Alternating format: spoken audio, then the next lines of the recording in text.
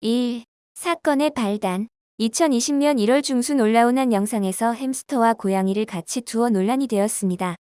햄스터를 키우던 유튜버는 이에 대한 비판 영상을 올리기도 했었습니다. 시청자들은 햄스터는 고양이의 냄새만 맡아도 공포를 느낄 수 있다고 주장하였고, 동물학대라는 비판이 잇따르자 문제의 영상을 삭제하고 본인의 사과문을 올리며 논란은 잠잠해졌습니다.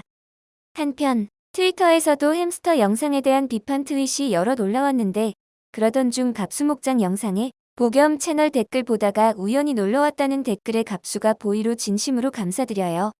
히히하고 답글을 달았고, 이 단어에 민감한 트위터 및 여초 카페에서는 여론이 더욱 악화되었습니다. 이 현상을 두고 유행어의 주체인 보겸이 쉴드 영상을 올렸습니다.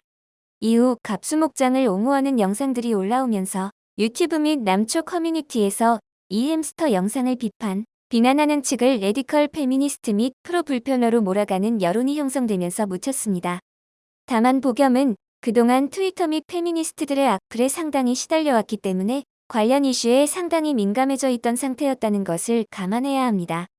갑수가 햄스터 학대 여론을 묻기 위해 고의로 보겸에게 접근한 것으로 추정되는 데다 이슈에 혹해 자극적으로 당시 사건을 적극적으로 트페미와 엮고 왜곡시켜 퍼뜨린 사람들에 의해 여의치 않게 피해를 입은 것이기 때문에 무조건적으로 잘못이 있다기엔 무리가 있습니다. 당시에는 동물학대 비판이 페미니스트들의 악행으로 둔갑되어 넘어갔지만, 정당하게 비판했던 사람들과 각종 동물 커뮤니티에서는 좋지 못한 이미지가 박혀버렸습니다. 특히 야옹이 갤러리는 이 논란 이전부터 여러 의혹들을 제기하며 갑수목장에게 의구심을 지속적으로 품고 있었지만 아무런 피드백도 없자 그냥 관심을 끊었습니다. 갑수목장은 유튜브 채널을 개설한 지 얼마 되지 않았을 때 햄스터 지분이 높은 동물 기타 갤러리에서 송아지 유튜브 영상을 여럿 게시하며 활동했었고, 게시한 영상이 힙계를 가기도 했었으며, 동물 기타 갤러리에 올라온 햄스터 사진 게시물에 갑수목장이 귀엽다고 댓글을 다는 등 갑수목장이 동물 기타 갤러리에서 활동한 과거가 있기 때문에 이 사건으로 크게 배신감을 느낀 이용자들이 많습니다.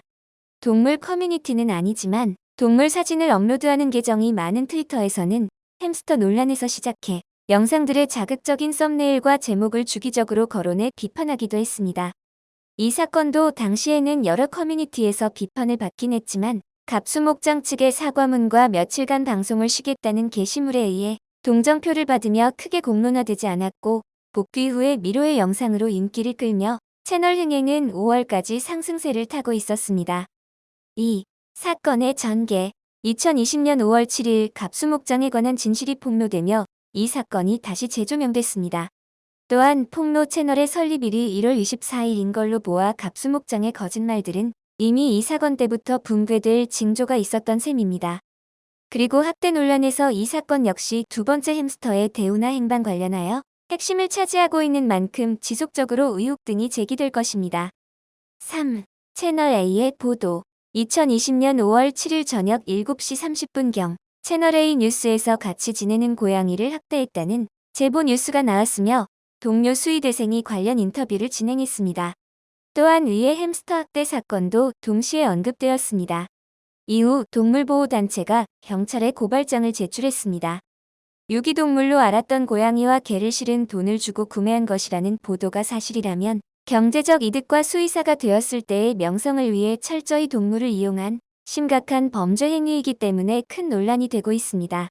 갑수목장 논란에 불을 지핀 뉴스입니다. 한편 갑수목장 측은 유튜브 커뮤니티를 통해 채널 A 보도에 대한 입장을 발표하며 악의적인 편집에 불과하다고 주장했으며, 이에 관련된 허위 사실 유포에 대해 법적 조치를 포함해 강경하게 대응하겠다는 말을 남겼습니다. 이때까지만 해도 채널 A의 보도 내용이 길진 않은 데다 갑수목장 측의 허위 사실 유포 법적 대응이라는 엄포까지 있어 사람들이 적극적으로 비판하지 않았고 신중론을 펼치며 중립을 유지하는 이들도 꽤 있었습니다. 4. 녹취록 공개. 그러던 중 갑수목장 폭로합니다라는 채널이 갑수목장으로 추정되는 인물의 녹취록과 학대 사실을 폭로해서 여론이 완전히 기울었습니다. 또한 폭로한 측에서 폭로용 인스타그램 계정을 만들어 카드뉴스를 제작했습니다. 해당 채널 측은 저희는 같은 학교 수의대생들입니다. 녹취는 관계자가 직접 녹음했으며 위험을 감수하고 미래의 피해자들을 막기 위해 용기를 냈다. 않고 밝혔습니다. 녹취록 공개 직후에는 갑수목장의 목소리가 제3자가 낸 가짜가 아니냐는 의문이 제기되었는데, 애초에 갑수목장의 목소리를 감쪽같이 흉내냈다거나 목소리 변조 프로그램을 써서 만든 조작 영상이라면 그런 사람은 정보기관이나 음향회사에서 당장 스카웃을 해야 할 수준입니다.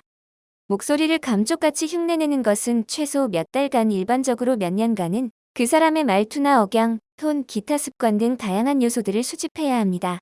이런 식의 기가 막힌 음성 조작은 고도로 숙련된 정보기관의 요원이나 가능할 것입니다. 게다가 5월 8일 갑수목장 본인이 해명 영상을 통해 자신이 한 말이 맞다고 시인했기 때문에 조작되었다는 논란은 사라졌습니다. 5.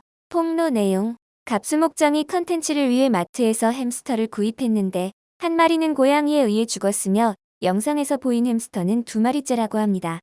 본인은 햄스터가 아무것도 아닌 느낌이고 동물이라고 생각하지 않는다고 밝혔으며, 두 번째 햄스터는 영상을 찍은 후 유치원 장롱 속에 넣어놨다고 합니다. 고양이를 학대적으로 대했다고 합니다. 아기 고양이 곰이 도리를 유승호에게 입양 보내기 전 밥을 제대로 먹이지 않았다고 합니다.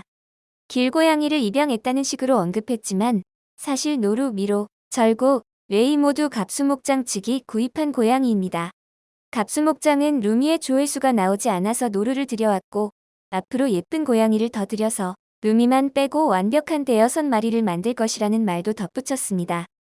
자신에 대한 의혹을 피하기 위해 다리에 선천적 기형이 있는 행돌이를 데려오긴 했지만 행돌이가 장애와 품종의 문제로 장기적으로 귀엽게 크지 않아 유튜브 조회수에 악영향을 끼칠 것을 우려해 키울지 말지를 고민을 했습니다. 노루, 미로를 비롯한 고양이들을 수백만 원에 구매했지만 향후 굿즈와 본인이 개원할 병원으로 대박을 낼 것이라고 말했습니다. 본인이 지금 버는 돈도 적지 않지만 원하는 것은 더 상상할 수도 없는 돈이라고 했습니다. 갑수목장과 키트클래스는 수의대생 2명이 운영하는 채널입니다. 편집자와의 카톡 대화에서 구독자를 광신도로, 비판자들을 불편충이라고 비하했으며 조회수가 잘 나오려면 가슴 큰 배우를 섭외해야 한다면서 D컵, 아이컵녀가 거론되는 등 여성을 성적 대상화했습니다. 채널 A 보도의 녹취록까지 공개되자 동물학대를 거의 확신한 네티즌들에 의해 주요 인터넷 커뮤니티에 글이 올라오고 있으며, 수의사를 꿈꾸는 사람이 동물을 학대했다는 것에 대해 충격을 주고 있습니다. 이상으로 갑수목장 동물학대 및 사기 논란 사건에 대해 알아보았습니다.